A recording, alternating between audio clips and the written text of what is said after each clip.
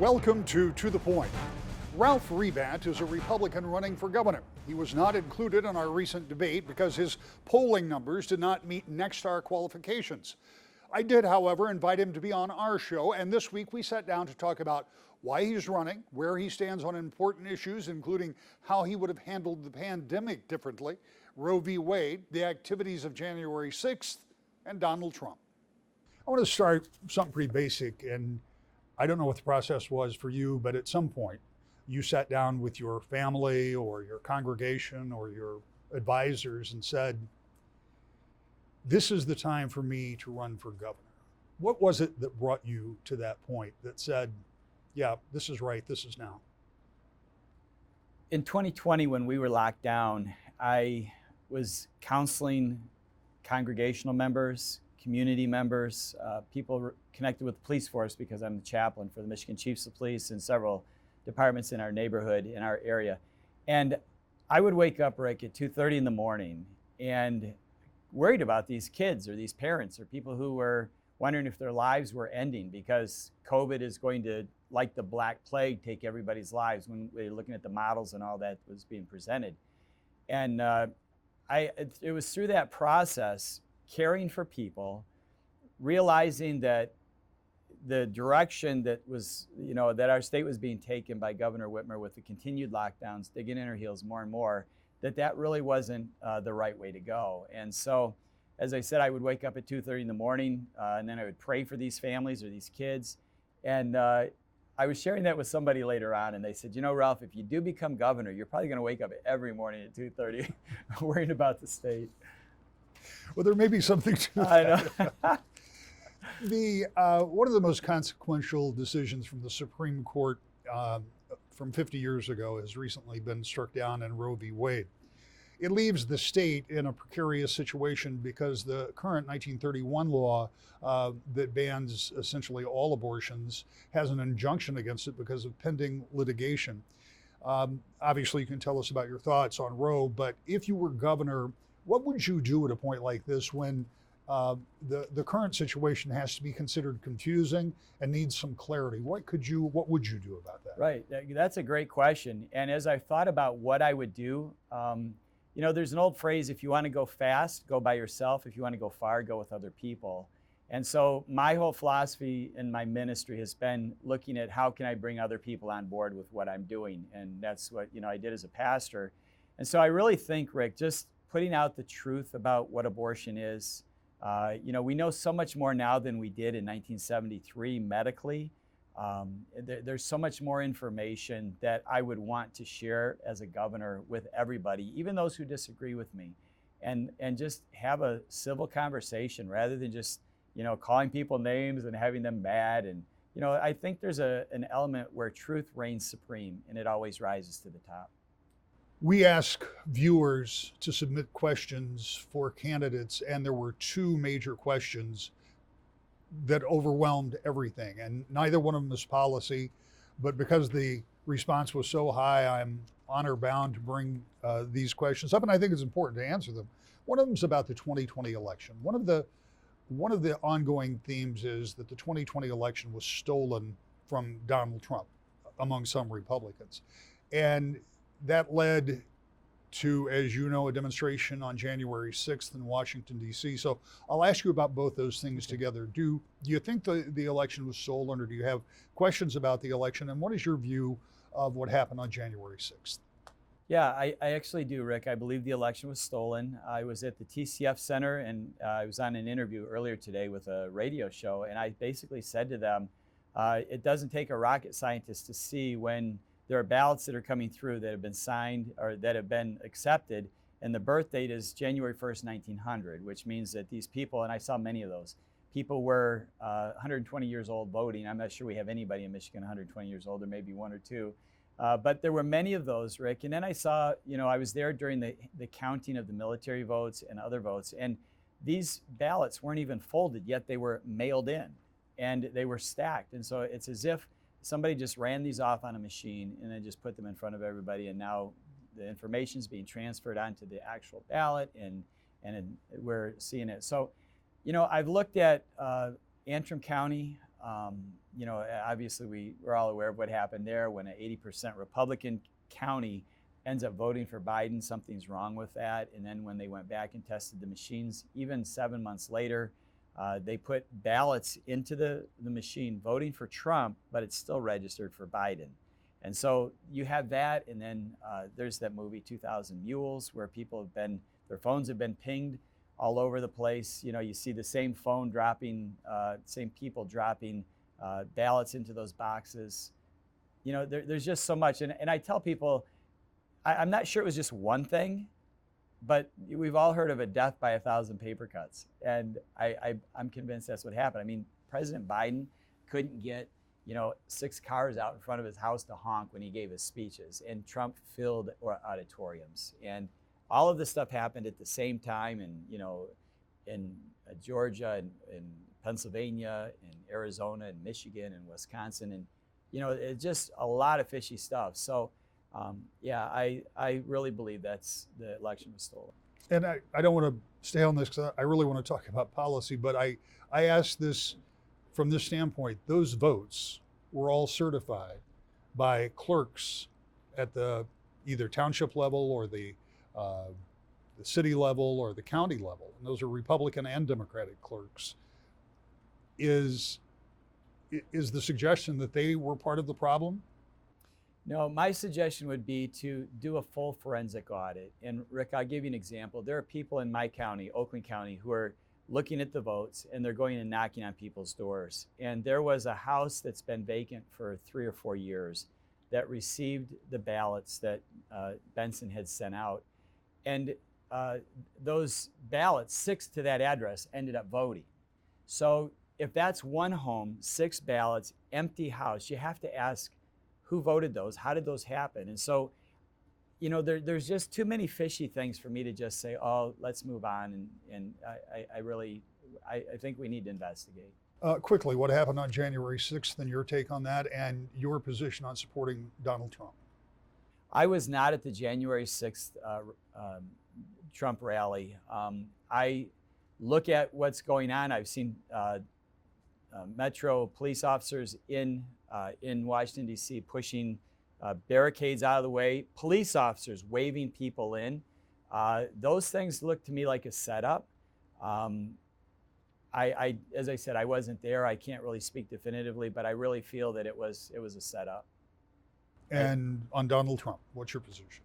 Donald Trump was probably, he's still my president. I'll say that because I said about the election. I love Donald Trump. His policies and principles were absolutely incredible. I'm telling people that I would rather have a few mean tweets and $1.87 gas than what we have right now, where America is going down the wrong path. When I ask you why you wanted to run, a lot of it is based on the kind of angst that you and your congregation and friends went through, particularly in the early stages, although I know it continued, of COVID. I know that many people running for governor have been critical of what Governor Whitmer, the action she took in regards to the response to the pandemic. If you had been governor, what would you have done differently? I would have listened to my cabinet, and I would have listened to the legislature. Dr. Randy Baker, who's from this area, who actually sued Governor Whitmer during the lockdowns because he couldn't take care of his patients. They couldn't get dialysis, others couldn't get chemo. And so he sued her, and the Supreme Court in Michigan ended up undoing her executive orders from her after the first 45 days till October, when the Supreme Court voted 7-0 to tell her that her executive orders were illegal and unconstitutional. What they ended up doing was, you know, releasing all of that. But here's what happened. And Randy Baker is actually on my team. He's endorsed me. He said he would become my chief medical officer when I become governor. He's an amazing patriot, brilliant doctor. But one of the things he said is when he filed his lawsuit, he went to the Democrats in the legislature and said to them, you know, we're trying to get Michigan opened up. I can't do medicine. I've got patients that are declining in their health. And the Democrats said, she's not listening to us. She wasn't even listening to her own party. And so what I would do is I would obviously listen to the legislature because they represent everybody. You can't lock down Michigan in a complete sense I mean, in the UP, they had very few cases of COVID, and you can't lock them down as you do other areas. And so I just look at that. It was a total mistake to do that. So I would not only listen to the legislature, who represent everybody in Michigan, but I would also listen to the medical experts and doctors. And you know, there's this thing called evidence-based medicine, and evidence-based medicine deals with randomized controlled trials. And those randomized controlled trials are what make the most sense and really demonstrate that, hey, there's some objections here where we have give and take and some understanding on what's going on. Governor Whitmer just followed the CDC 100%. And the randomized controlled trials since then have shown that that was the wrong direction to go. And so we've been pushed with the expert testimony, which is really the lowest on the level of medical evidence-based medicine. And the randomized controlled trials were totally ignored. And in fact, they weren't even done early on. So those are some of the things that I would have done differently. But primarily, looking at a bigger picture than just my own personal advancement or political advancement, I would be looking at caring for the people of Michigan, which is what I've been doing for 35 years. I want to shift gears and talk about something that, because of your association with law enforcement, I know you're keenly aware. We can't go through a week, it seems, and not have some type of a multiple person shooting or killing, and we've certainly seen those in the past few weeks. And that always raises the question of what do we do? And one of the questions that comes up is, do we need more control of guns? Do we need more laws on the books to somehow hope to curb that kind of activity? What's your take on gun violence and guns and the ability to impact who uses them and how they use them? You know, we have plenty of laws on the books, and the Second Amendment says that it shall not be infringed. Our First Amendment, our first article, Section 6, says that every person has the right to keep and bear arms for the defense of himself and the state. So it's clearly not a hunting ordinance or a hunting amendment. What I would do, Rick, and I've been telling people this, in the 60s, people in Farmington Hills, where I live, took their guns to school, put them in their lockers, and then went hunting for deer after school with their teachers. The lockers weren't even locked. I went to every one of those visitations in Oxford for those students who lost their lives. And as a chaplain, I've seen a lot of death and a lot of things I didn't want to see, but that really rocked my world. But I began to contrast what happened in 2021 in Oxford with what happened here in the 60s. And I asked the chiefs of police, because they've endorsed me, the Southeastern chiefs, I said, what's changed from the 60s to 2021? And I said, guns haven't changed. I have a 1955 Browning semi-automatic shotgun that could do a lot of damage. The first patent on a pistol was 1892, semi-automatic pistol. So guns haven't changed. What has changed? And I've told the chiefs, and this message is resonating all over Michigan, we've taken God out of the classroom, we've taken God out of the courtroom, and we've taken God out of culture. So what else would we expect from Ethan Crumbley, who shot and killed his 4 classmates, when he says his last note, "My life is meaningless"? We've taught kids, Rick, that they're the product of inorganic molecules bumping together billions and billions of years ago, and they have no purpose in life. They feel meaningless. They have no direction. And so I'm concerned that we've raised a generation of people who don't respect life because they don't know where life comes from. So as governor, I'm going to be promoting the fact that people are made in the image of God, that they deserve they deserve respect, dignity, and love. And by just being up there talking about those things daily, I can imagine that will begin to work on the hearts of people in our state. And we're going to see that the violence that people are using guns to happen won't happen. One of the things that people point to as part of the cause, perhaps, in some of these cases, in many of these cases, are mental health issues, and almost exclusively mental health issues that have gone either undiagnosed or untreated or both. In the state of Michigan, is there more the government could or should be doing to ensure that mental health services are available to people in our state? Yes, that's a loaded question, and it's a great question, Rick, because the subject of mental health goes from everything from mild depression to schizophrenia and everything else. And so We have to look at the big picture, and we also have to address the issue of how, the drugs we've been dispensing to our kids, it was Ritalin, and then all these drugs that kids have grown up on that have really altered their thinking.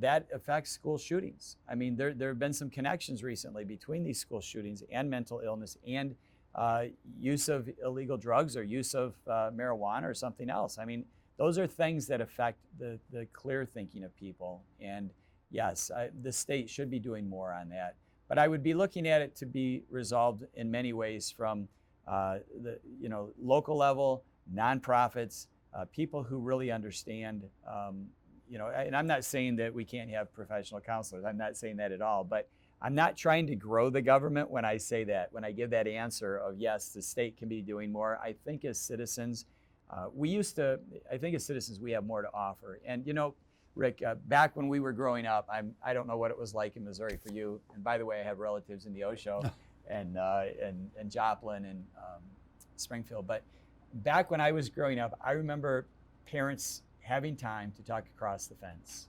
And we'd ask how the days went. I remember watching parents speak over the fence to one another, and they loved each other. They cared about each other, and they knew the problem kids in the neighborhood.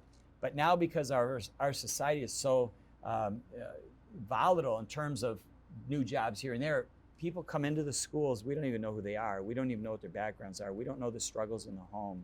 And it's that type of thing that if we can restore the family and restore communication rather than all the social media stuff that people think they have friends on social media, we'll go a lot farther to fixing the society. Fixing society is a big issue, so is fixing roads. You and I were discussing this, trying to find ways to get from point A to point B before we started. Governor Whitmer has, along with the legislature, funneled a lot of money, billions of dollars into infrastructure, roads, and other systems. What do we do going forward, particularly when you consider that a lot of that money for roads comes from a gas tax, and presumably if the big three get their way, they're going to be producing fewer and fewer gas operational cars. It's going to be electric vehicles. Right. And so the gas tax goes away, but the problems with the roads doesn't. Now you're governor and you see a diminishing gas tax. What do you do about roads?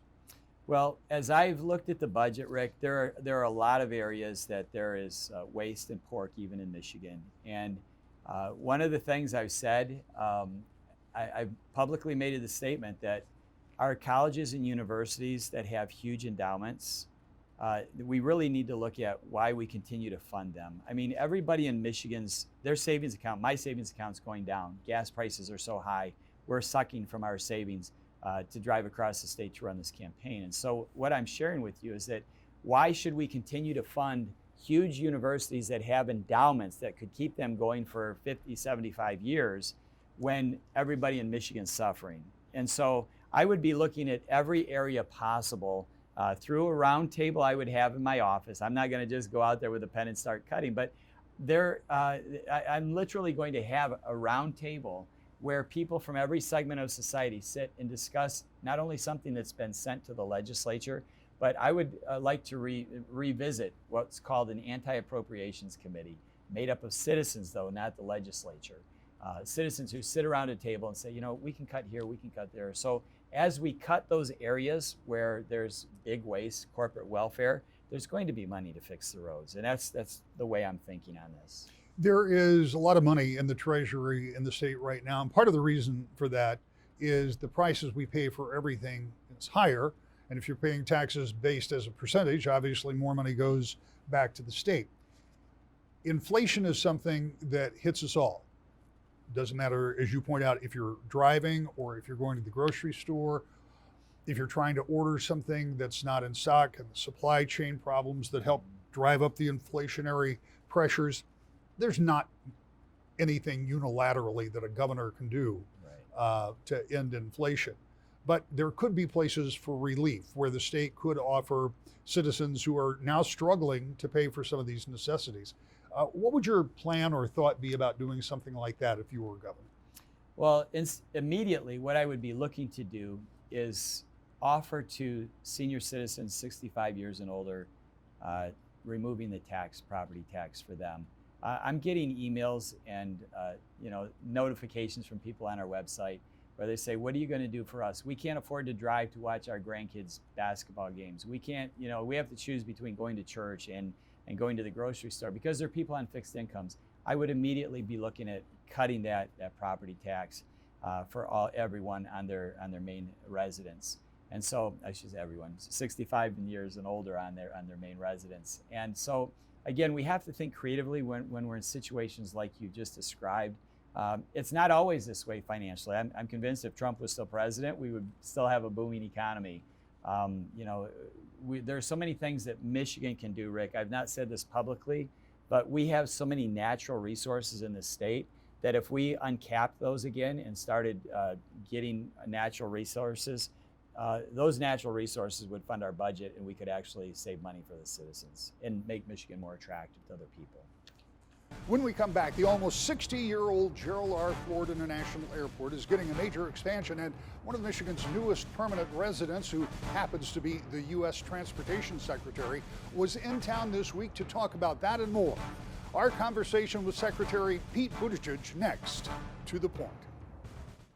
Welcome back to the Point. U.S. Secretary Pete Buttigieg was in Grand Rapids this past week to talk about the more than $8 million that the federal government is putting towards a major expansion at the Gerald R. Ford International Airport.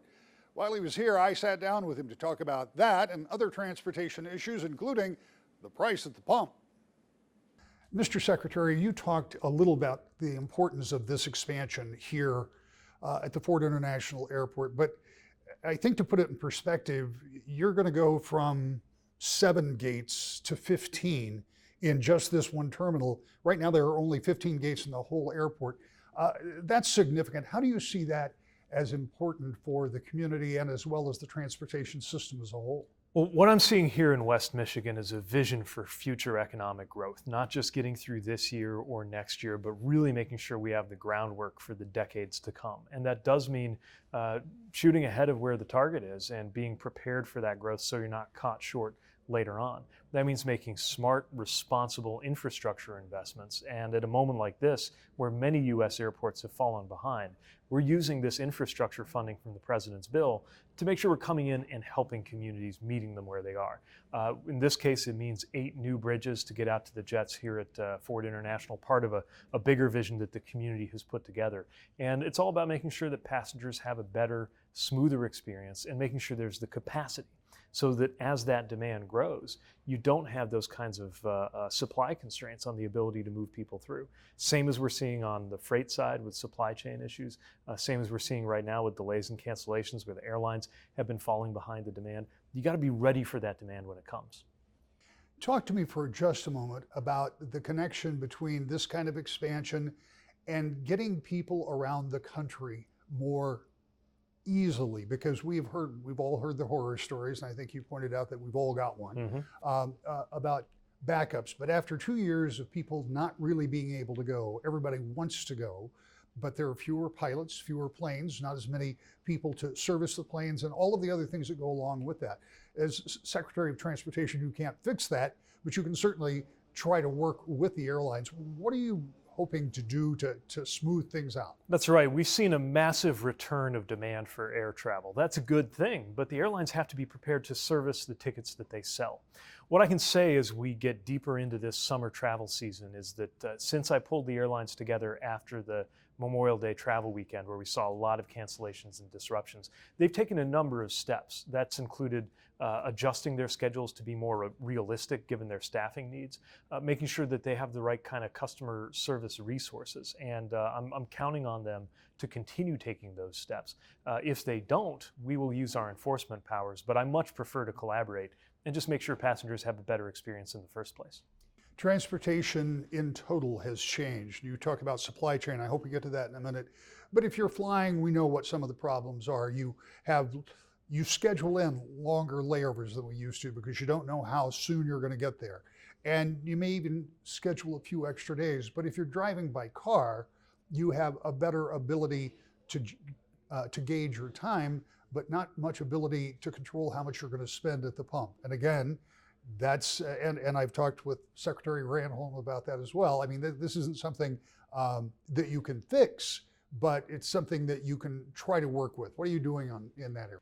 So there are a number of steps we can take here too. Look, we have to be honest about the level of control that policymakers do or don't have. When an oil company's deciding the price of gas for today, they're not calling the president to ask what it ought to be.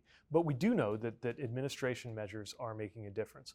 Flexibility on ethanol, releasing oil from the strategic reserve, calling for a gas tax holiday. These are things that can help take the edge off these oil prices.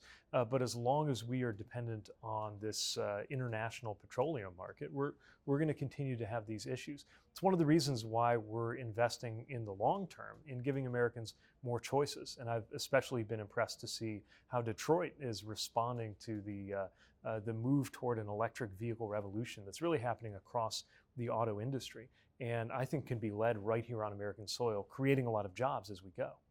One of the things that has been suggested is that American oil companies have a lot of leases that are still out right now, and they're not producing oil.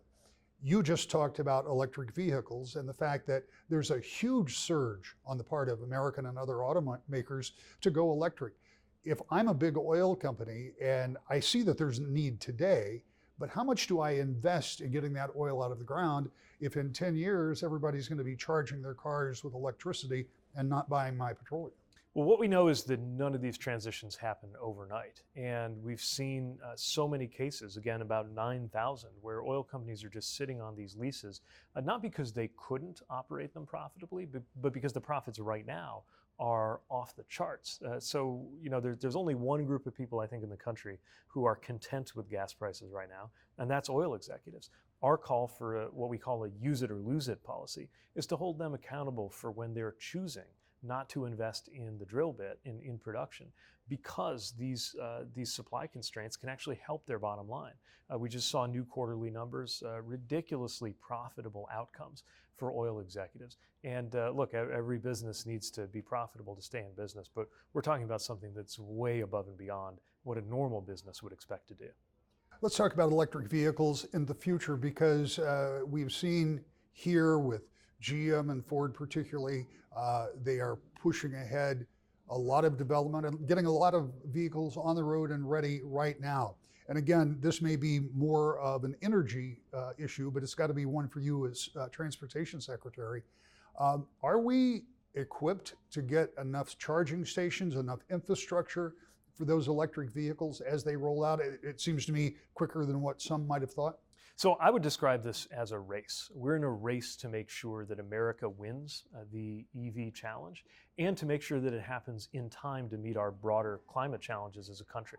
And in order for that to succeed, we've got to make sure we have the charging infrastructure. It's why my department, working in collaboration with the Department of Energy and Secretary Granholm, is investing $7.5 billion to make sure we got that network across our highway system. So when you hit the road in an EV, you can be just as confident as in a traditional combustion car that there's going to be enough places to charge or to fill up along the way. We're investing in community charging to make sure that it's available in places where maybe it isn't profitable yet. And as we do that, we're going to be supporting a lot of American jobs as well. Now, the other thing we got to think about is the grid. This is what Secretary Granholm's working on. All of these things are connected. Frankly, we've needed to invest in our grid as a country anyway. This just creates that much more urgency to make sure that we're prepared. But again, the EV revolution is happening with or without us. The question is whether we make the investments to have it be a made in America story, instead of a moment when the global automotive industry started to pull away from American leadership. Buttigieg has recently made Michigan his permanent residence after previously living in and serving as mayor of South Bend, Indiana. When asked if his decision had anything to do about seeking political office in the future here in the state, he said his move was all about family and had no political implication. Stay tuned for more on that. With the primary election underway, thanks to no reason absentee voting, many of you are being asked to vote for brand new candidates in brand new districts who want to represent you in Lansing. And starting next week, we'll introduce you to some new faces that are emerging in this election cycle. We'll see you then. To the point.